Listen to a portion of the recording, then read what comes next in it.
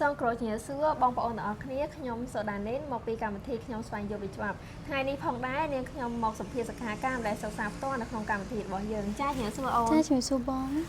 ជាដំបូងបងចង់ឲ្យអូនណែនាំខ្លួនអូនទៅកាន់បងប្អូនយើងទាំងអស់គ្នាចាជាដំបូងនេះខ្ញុំសូមគោរពជំរាបសួរនិងសួស្តីទៅកាន់បងនិស្សិតទាំងអស់គ្នានាងខ្ញុំតាំងសៀវមីជាសិក្ខាកាមមកពីកម្មវិធីខ្ញុំស្វែងយល់ពីច្បាប់រយៈពេលកន្លងមកនេះតើបងអូនបានចូលរួមវគ្គសិក្សាអ្វីខ្លះក្នុងកម្មវិធីរបស់យើងចាបងសម្រាប់នាងខ្ញុំផ្ទាល់នាងខ្ញុំបានចូលរួមនៅក្នុងវគ្គសិក្សាដូចជាក្រមព្រហ្មទណ្ឌក្រមនីតិវិធីព្រហ្មទណ្ឌក្រមរដ្ឋប្រវេណីនិងក្រមនីតិវិធីរដ្ឋប្រវេណីបងចាអូនដូចជាសិក្សាបានច្រើនបានដល់ទៅ4ក្រមតែម្ដងអញ្ចឹងហើយតើតកតងទៅនឹងក្រមនីតិវិធីព្រហ្មទណ្ឌបងអូនបានសិក្សាអ្វីខ្លះតកតងទៅនឹងក្រមនេះចាបងតាមរយៈការសិក្សាកន្លងមកនេះនាងខ្ញុំបានសិក្សាចំនួន4ដំណាក់កាលបងរួមមានដូចជាដំណាក់កាលនគរបាលយុត្តិធម៌ដំណាក់កាលអัยការដំណាក់កាលចក្រមស៊ើបនិងដំណាក់កាលជំរំជម្រះបងបងដូចជាចាប់អារម្មណ៍ទៅនឹងវគ្គទី1ដំណាក់កាលទី1ដំណាក់កាលទី1តកតងទៅនឹងដំណាក់កាលនគរបាលយុត្តិធម៌តើនគរបាលយុត្តិធម៌ជាណាហើយគាត់មានតួនាទីនិងភារកិច្ចអ្វីខ្លះចាបងបើយើងនិយាយឲ្យស្រួលស្ដាប់មែនតើទៅនគរបាលយុត្តិធម៌គាត់ប្រៀបបានដូចជាជំនួយរបស់តុលាការដែលដូច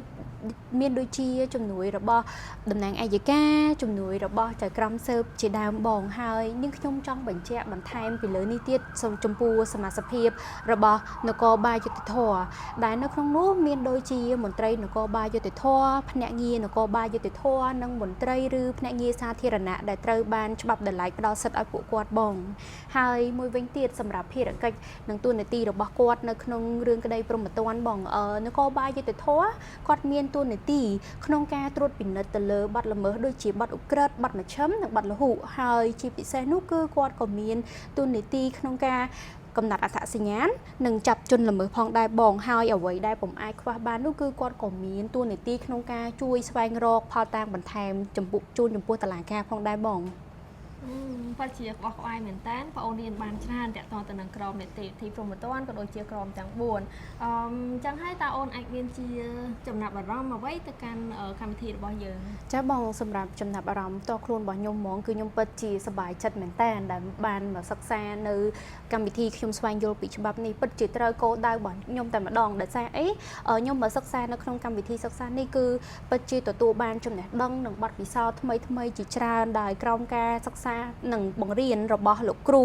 ដែលគាត់មានបទពិសោធន៍ជាយូរឆ្នាំមកហើយទៅលើវិជ្ជាជីវៈនៅក្នុងតុលាការនេះផងដែរបងហើយមួយវិញទៀតមិនត្រឹមតែសិក្សាទៅលើក្រមទាំង4ទេថែមទាំងមានករណីសិក្សាជាច្រើននិងការអនុវត្តជាក់ស្ដែងដែលលោកគ្រូផ្សារភ្ជាប់ជាមួយនឹងការបង្រៀនរបស់គាត់ជាប្រចាំផងដែរបងចាអូនតើអូនអាចមានជាមតិឬក៏សារអ្វីខ្លះទៅកាន់បងប្អូនយើងដែលមានគោលបំណងសិក្សាឬក៏ស្វែងយល់បន្ថែមតកតងទៅនឹងច្បាប់ចាបងសម្រាប់សាររបស់នាងខ្ញុំដែលជូនទៅកាន់បងនិស្សិតដែលគាត់មានគោលបំណងឬក៏ចំណាប់អារម្មណ៍ដែលចង់មកសិក្សាបន្ថែមនៅក្នុងវិជ្ជាជីវៈផ្នែកច្បាប់នេះបងអាចមកសិក្សានៅក្នុងកម្មវិធីខ្ញុំស្វែងយល់ពីច្បាប់បានដោយសារតែការសិក្សានៅទីនេះពិតជាទទួលបានចំណេះដឹងនិងបទពិសោធន៍ថ្មីជាច្រើនដែលយើងមិនធ្លាប់ជួបពីមុនហើយមិនថែមតែបន្ថែមពីនេះទៅទៀតបងអាចធ្វើការមកចុះឈ្មោះនៅទីនេះដោយផ្ទាល់ឬក៏តាមរយៈគេហទំព័រដែលរបស់កម្មវិធីបានដាក់ចេញមកបងចាគុណអូនបងពិតជាអរគុណអូនមែនតើដែលបានចំណាយពេលវេលាមានតម្លៃរបស់អូននៅក្នុងកិច្ចសម្ភាសន៍នៃកម្មវិធីស្វែងយល់ពីច្បាប់របស់យើងជាចុងក្រោយនាងខ្ញុំសូដានេនសូមគោរពអរគុណសូមគោរពជម្រាបលា